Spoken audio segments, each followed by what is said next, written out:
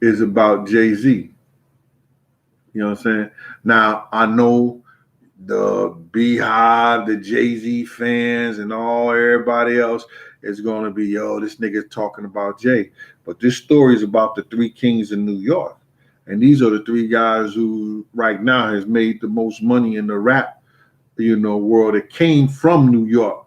You know what I'm saying? Whether it's Queens with 50, whether it's Brooklyn with Jay, and whether it's Westchester with Puffy. You know what I'm saying? Because he's not from Harlem. You know that, right? You know what I'm saying?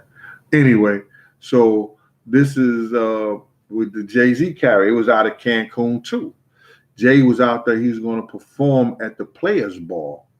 But earlier, these niggas was laughing at him because he had the silk, the cream shirt on. Now, niggas who I know who I'm talking about, that silk the cream shirt, it was the fake Versace shirts that niggas used to wear and try to get over on like they was real Versace. You know what I'm saying? And his own niggas in his own team was laughing at him and everything like that. And they said they told that nigga to take that shit off, man. And it was mad funny. So Jay had came to the Club Daddy-O's that night. And the guy, Chris, had told me, yo, Jay only get 4 people, himself and 4 people in the party. You know what I'm saying? Because any rappers who came and stuff like that, they gave them, they comped the rappers, but they only comped the rappers like 3 or 4 people. They didn't give their whole entourage none. And at this particular time, Jay had like 3 or 4 girls with him, but then he had 3 or 4 niggas with him too.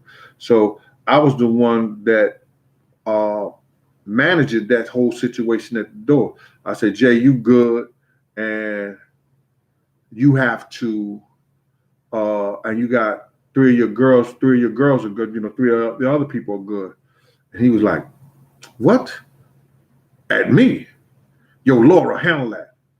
Now, Laura was this little fine girl from 112th Street who was his personal assistant. And, we knew her. She was from our block. So, but she knew who I was, and she knew who the power I had because I was a part of, Slick and the Family and 12th Street Posse. You understand? So, we were sitting up there, and I don't understand why this phone ain't. I'm gonna cut this shit off. Sorry about that, you guys. So I'm sitting there, and he said that shit to me. And back then, in that day, I was a whole different person. I'm a lot calmer. I'm a lot cooler than that. You know what I'm saying? Back then, motherfucker, I would beat your ass into the middle of next week. I was that, I felt that I was that dude. I was younger, stronger, quicker, faster, nice with my hands, and didn't mind doing the other work if I had to. You understand? But I love the hand game. That shit used to turn me on. You know what I'm saying? I ain't had no problem using. You understand? So now I said, yo, who you talking to like that? And the nigga, gave me that look. And then Laura's like ran up on me. She like, Eugene, please, please, please. She got real close to me. And you said, Eugene, please, you gonna help me lose, you gonna make me lose my job. Don't do that, Gene, please, please, please. So then the nigga, Chris, came to the door, and he extended more people for him. You understand? You know what I'm saying? And I didn't like the dude from that point. So now he gets in a situation a couple of years later. You know what I'm saying? Sometime a year or two later, he get in a situation with Undias. Now, this situation, some of my peoples and everything like that, they can help him out. Now, everybody wondering why Jay got off that shit with Un. You understand? Because, Un had said he had stabbed him in the club over some kind of release of some kind of record or whatever the situation was. I don't know the formalities of it. But Jay was about to go to jail. You understand? Because anybody who knows the law, if I say you stabbed me, you stabbed me. You understand? The jury going to believe the witness. You understand? Because a stabbing is not like a shooting, it's up close and personal. So Jay was in fucked up at this time. But it was one dude who knew us, had something that could save Jay's life. He had videotaped the whole situation between him and Un. And Jay wasn't the person who did the stabbing. But now, niggas only gave that shit up because of Dane. Because Dane was from Harlem, Dane was a street dude, and Dane was a good nigga. So in fact, today, that nigga probably would be in jail behind a lot of that shit or just be getting out of jail. If it wasn't for Dane knowing the niggas he knew to get the tape, to present it to the DA. They took the tape and they presented it to the DA. Now, they gave the dude who gave him a tape $1,500 and promised that the DA used that and get Jay off, that, you know what I'm saying, that Jay was going to take care of him.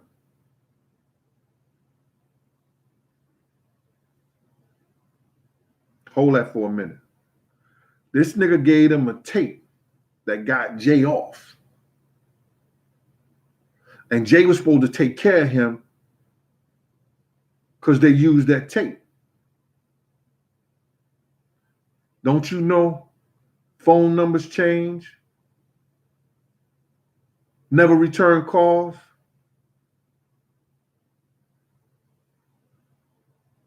And that nigga saved Jay's life for that tape? This is the kind of shit that you get in that industry, bro. That's why I tell niggas all the time. You know what I'm saying? You got to get your money up front. You got to get your money, nigga. The money on the wood make the betting good. Get your shit up front, man. Don't depend on these niggas to give you your money or they going to take care of you later in the whole 9 yards. So now, sure, roll free, sure. You say you never liked Jay anyway? Okay. So now, yeah, that's that story about E40 and Big. That shit is true, bro. E40 is a real motherfucking dude like that. Strong out that way. Before I ask any of these questions, stuff like that, because like I said, I'm probably still on the wrong channel, and I'm gonna rebroadcast this to my other channel because I don't know what's happening. Y'all see Miss Jinx got my back. She ain't letting nobody fuck with me right there. So my girl. What up with you, mom? Anyway, so now he never even took care of dude after that, man. And that was some bullshit. This last story is about your man P. Diddy. You know I wasn't going to leave him out. Now, I started to do this Three Kings story, you know what I'm saying, because I wanted to do something, a little different. But I'm going to get back on my bad boy shit and the infrastructure of bad boy, how I got started. I'm going to break everything down, from the guys who put up the money for it and everything, and what they was really doing, how it was really going, and the situation and everything, and all the way up until they got to Clive Davis to get the whole bad boy money. Because some of you motherfuckers believe that bullshit. And the shit is shown to be true right now because one of the dudes who had the 9/16 to life sentences was living with Puff out there in California when he was released from the federal jail. So, the shit is true. Everything about it. And it was a situation we had with them that I know for a fact what they were doing. But anyway, this is about Diddy, and this is about him and the Sean situation. They was on trial together. Now, I said before that me and Puff had met Sean out in front of Trump Plaza one day, and Sean was in his tour bus. And Diddy said to me, because I was, we meeting Sean and everything like that. He said, yo, Gene, don't let nobody take a picture with me and this motherfucker. I hate this motherfucker. And I'm like, nigga, you don't travel with this nigga? You say you hate this motherfucker? Don't let nobody take pictures? I'm like, oh shit. This shit is crazy. So then King Strick, what's up from the boogie down?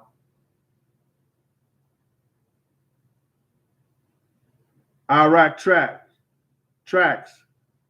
What's good with you? So now we like this. We on some they rap, they talking everything. He laughing, smoking, smiling with me, and all through my mind, I'm like, this motherfucker just told me don't let nobody take pictures with this motherfucker. And he laughing and joking and doing the whoop de whoop with him. So that week, it was the last week of trial. Now, I knew Puff had been getting motherfuckers to the DA.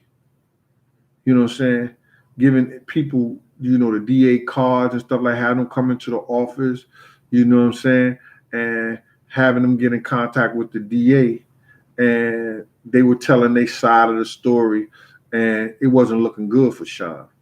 You know what I'm saying? I never really fucked with Sean like that. I didn't know that was Wolf Boy. Wolf was like his big uncle and everything like that.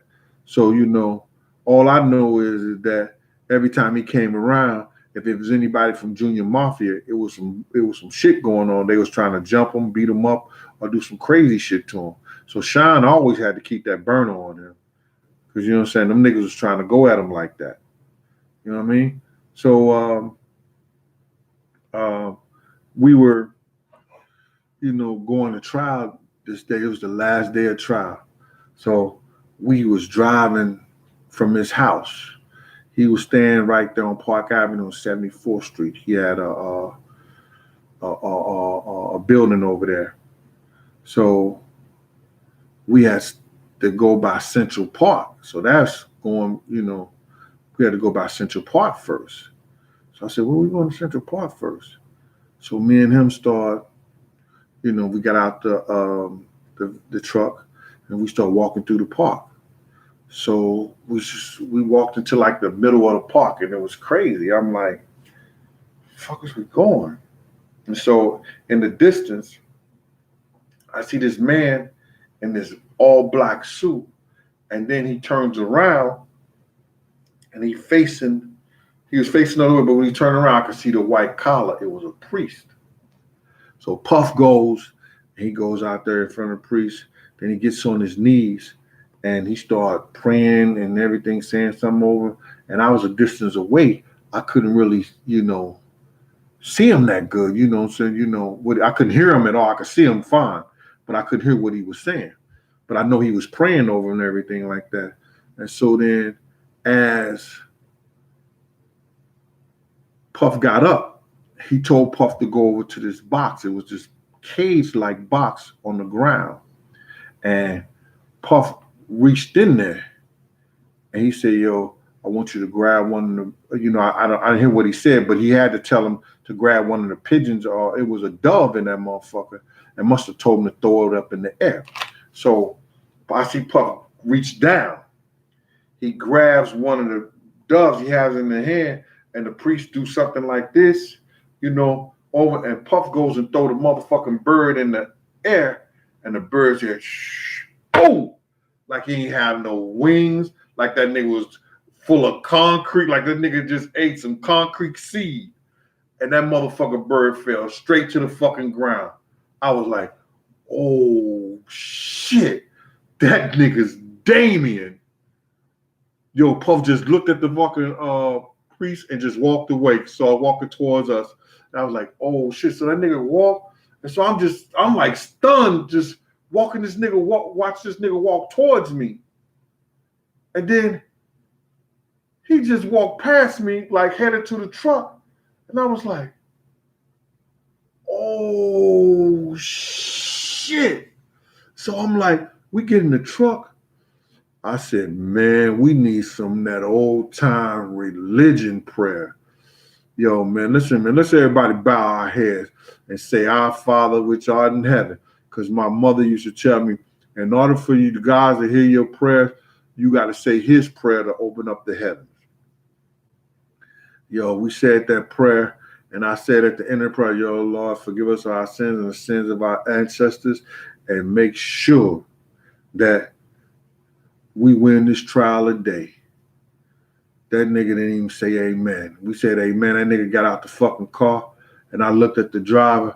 I said, man, there go Damien. And the nigga started laughing, right? But they won that trial. Everybody won but Sean. You know what I'm saying? Because they used the witness that they had found, you know what I'm saying, against Sean, you know, the people that testify against Sean. And some of those people, he had promised them jobs. They was getting jobs at Russell Simmons. Russell Simmons got them jobs for them. They was putting them in place and putting them in videos, putting their kids in videos and all that shit, man. You know? So, listen, we've been on here a half an hour. I know it's Christmas. I'm going to look over some of these comments. And, you know, like I said, this ain't for everybody. If you don't want to hear my stories, go watch your fucking cable box. Go play with yourself. Do whatever you want to do for you. You know, these are my stories. These are shit that happened to me in my life. You know what I'm saying? It's motherfuckers out here that's going to be trying to, you know, won't give you half the stories I give you. And they're going to be trying to get money from you on videos, on fucking books or whatever. I'm coming to you with cooking and conversation, and let's get down to the cooking right now, and then I'm gonna look over some of these I'm gonna look over some of these statements, and we're gonna get this shit to rolling.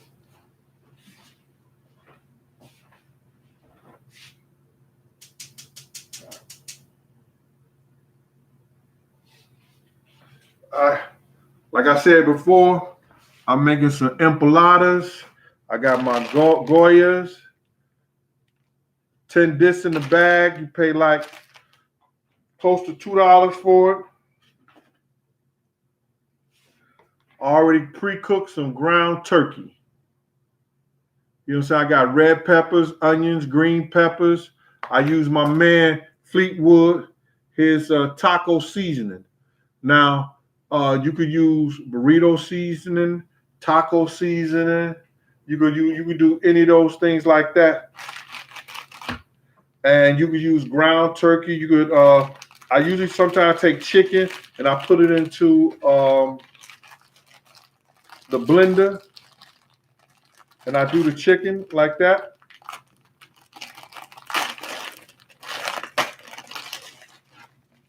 I take these discs. These are the discs right here. Take one of these. Now, you know when you go to these